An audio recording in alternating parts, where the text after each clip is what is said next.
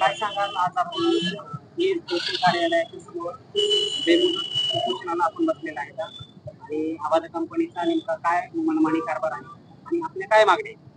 आमच्या मागण्या आहेत त्यांचा जे सर्वे नंबर झालेला आहे पहिला सुरू त्या सर्वे नंबरनं सरळ जाईन तार वाढावी.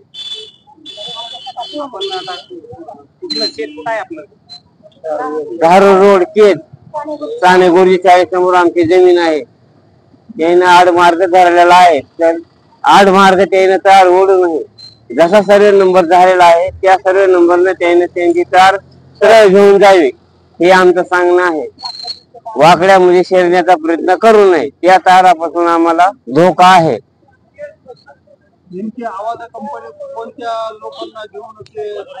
त्यांच्या कंपनीचे लोक घेऊन येतात, वेगवेगळ्या प्रकारच्या गाड्या घेऊन येतात, वेगवेगळे माणसं घेऊन येतात.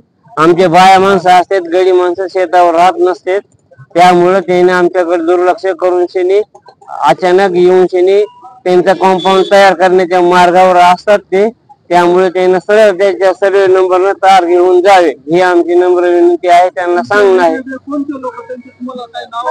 नाव खात्रे काय कात्रे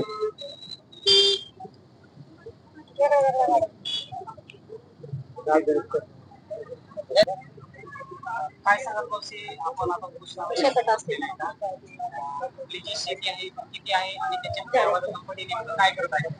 मी रेणुका तेलंग बोलते. आमची शेती आहे 4.5 एकर.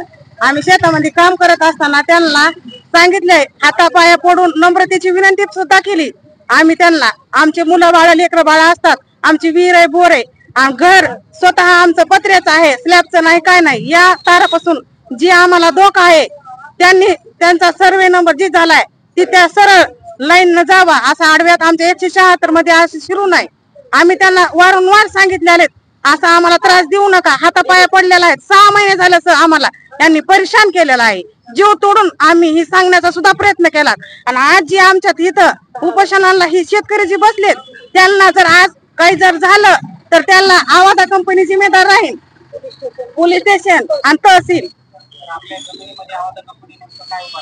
आवाजा कंपनी टावर आहे आमच्या घराच्या बाजूला. शेती जी आहे आमची गरीब शेतकरी आम्ही मजुरी करून खातो. आमच्यात कुणीही असा सरकारी नोकरदार नाही. याच्यामुळे ही आमची जीव तोडून विनंती सांगत आहात आम्ही त्यांना. आवाजा कंपनीवाले संदीप वेगवेगळे लोक येतात, त्यांचे आम्हाला नाव माहित नाही. फक्त आम्हाला एक नाव माहिती आहे की संदीप कात्रे. काहीच नाही आम्हाला सांगितलं सुद्धा नाही. आम्ही मनाने सुरू करतो, मनानेच येतात ते आणि सुरू करतात काम. विचारत सुद्धा नाही शेतकऱ्याला ते आणि धामधूम करतात. तुमचा काही अधिकार नाही, आम्ही पोलीस आणू तुम्हाला पकडून नेऊ. पोलिसाला देखील ते घेऊन येतात आणि धामधूम करतात तिथं येऊन. आज वेगळा येतो की दुसरा लगेच थोड्या वेळाने वेगळी गाडी येते. त्यांचे सोबत सगळेच असतात, त्यांच्या खाणारे सोबत सगळं साहित्य JCP वगैरे सगळं असतात. रानात डायरेक्ट येतात, ते उभी करतात. आज पेरलेली शेती आहे तुडवत जातात ते तसेच आणि खांदायला सुरू करतात. तरी हे तुम्ही आम्हाला सहकार्य करावं की त्यांनी सरळ जावं, आडवत घुसू नये. आम्ही घुसू देणार नाहीत. आमचं काही जरी झालं तरी आम्ही शेतकरी त्याच्यासाठीच बसलेलो आहोत.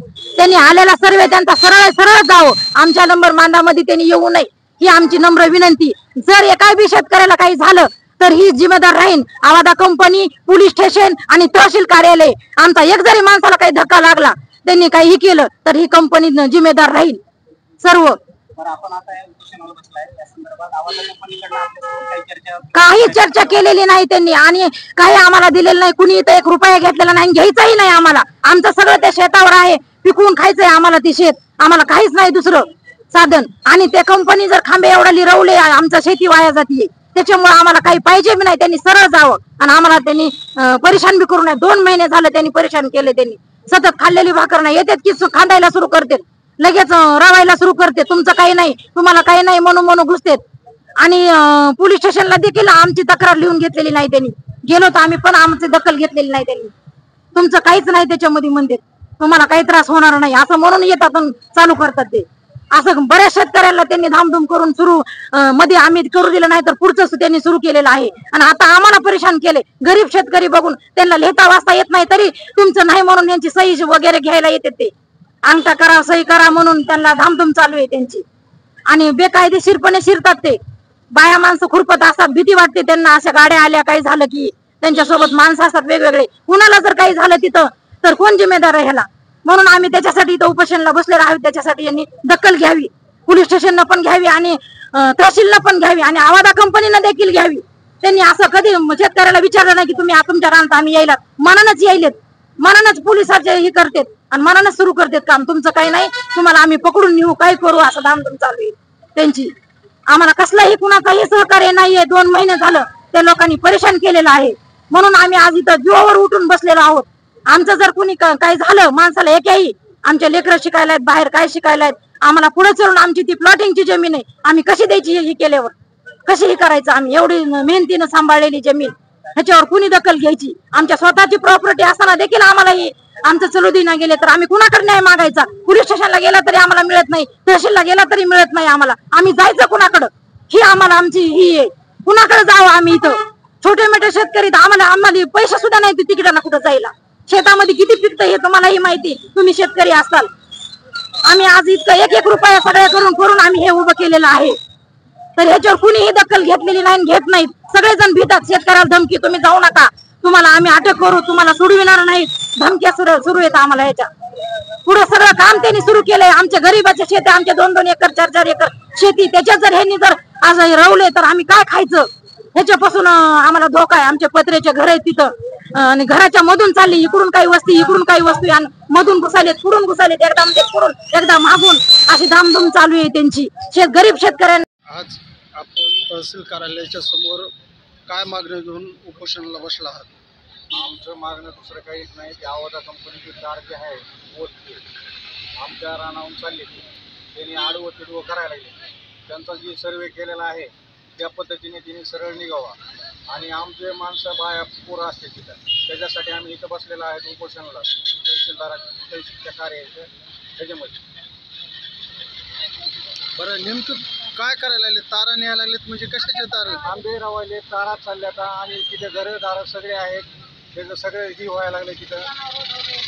जनावरं सगळे तिथं असं म्हणजे आणि रस्त्यात आम्हाला जाता यायला येतच नाही तिथं. असं तुमची जमीन कमी आहे का? हा, जमीन आम्हाला काय आहे तिथं आहे थोडी जमीन आणि त्यात ही चालू झालेलं आहे. सगळ्या लोकांना कमी जमीन आहे का तिथं? सगळे कमी क्षेत्रवालेच आहे का? हा, त्याच्यामुळे तुमचा विरोध आहे का? हो.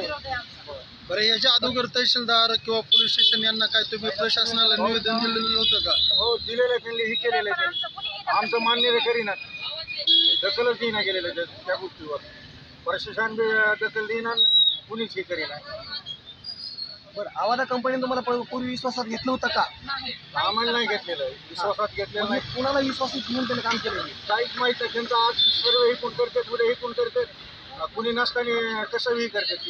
ही सदरची शेती तुम्ही किती दिवसापासून हे करतात? आमच्या आजोबा पंतोबापासून ती शेती आहे.